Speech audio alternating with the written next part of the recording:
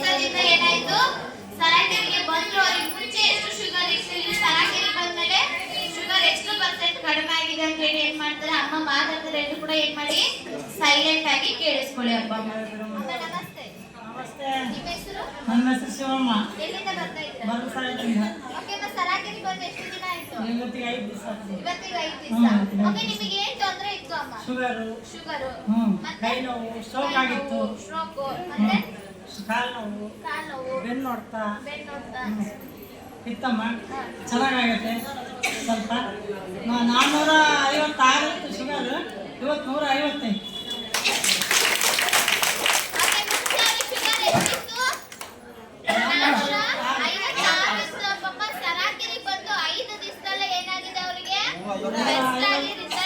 ಸಿಕ್ಕಿದೆ ಅಪ್ಪಮ್ಮ. ಅದೇ ರೀತಿ ಅಮ್ಮಗೆ ಸ್ಟ್ರೋಕ್ ಆಗಿತ್ತು, ಮತ್ತೆ ಭುಜ ನೋವಿತ್ತು, ಕೈ ನೋವಿತ್ತು, ಮಂಡಿ ನೋವಿತ್ತು.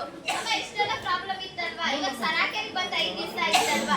ಎಷ್ಟು ಪರ್ಸೆಂಟ್ ರಿಸಲ್ಟ್ ಬಂದಿದೆ? ಕಮ್ಮಿ ಐತಮ್ಮ, ಸ್ವಲ್ಪ ಚೆನ್ನಾಗಾಗಿದೆ. ಏನೆಲ್ಲ ಕಡಿಮೆ ಆಗಿದೆ? ಸ್ವಲ್ಪ ಕಮ್ಮಿ ಇತ್ತು, ಸ್ವಲ್ಪ ಐತೆ.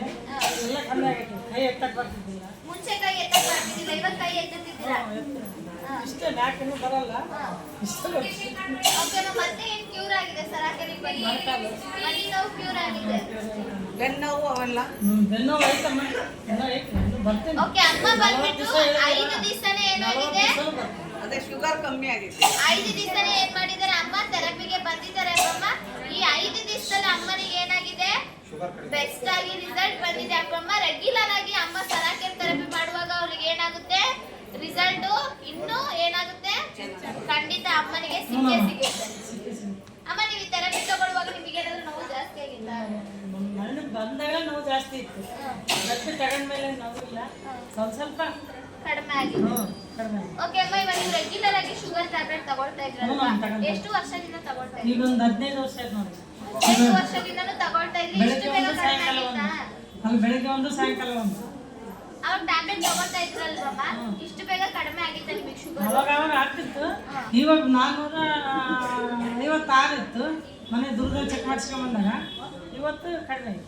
ಓಕೆ, ಥೆರಪಿ ಮಾಡಿದ್ಮೇಲೆ ನಿಮಗೆ ಏನಾಗಿದೆ? ಕಡಿಮೆ ಆಗಿತ್ತು. ಬೇಗನೆ ರಿಸಲ್ಟ್ ಅನ್ನೋದು ಸಿಕ್ಕಿದೆ. ಓಕೆ ಅಪ್ಪಮ್ಮ, ನೋಡಿ ಅಮ್ಮನಿಗೆ ರಿಸಲ್ಟ್ ಬೇಗನೆ ಸಿಕ್ಕಿದೆ. ನಮಿಗೂ ಸಿಕ್ಕುತ್ತೆ, ಬಟ್ ಅದವರೆಗೂ ನಾವೇನ್ ಮಾಡ್ಬೇಕು?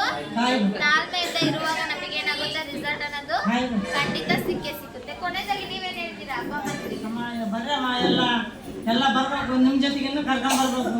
ಚೆನ್ನಾಗಿ ಆಗ್ಬೇಕು ಒಬ್ರಿಗೊಬ್ರು. ಹೌದೇನಮ್ಮ? ಬನ್ನಿ.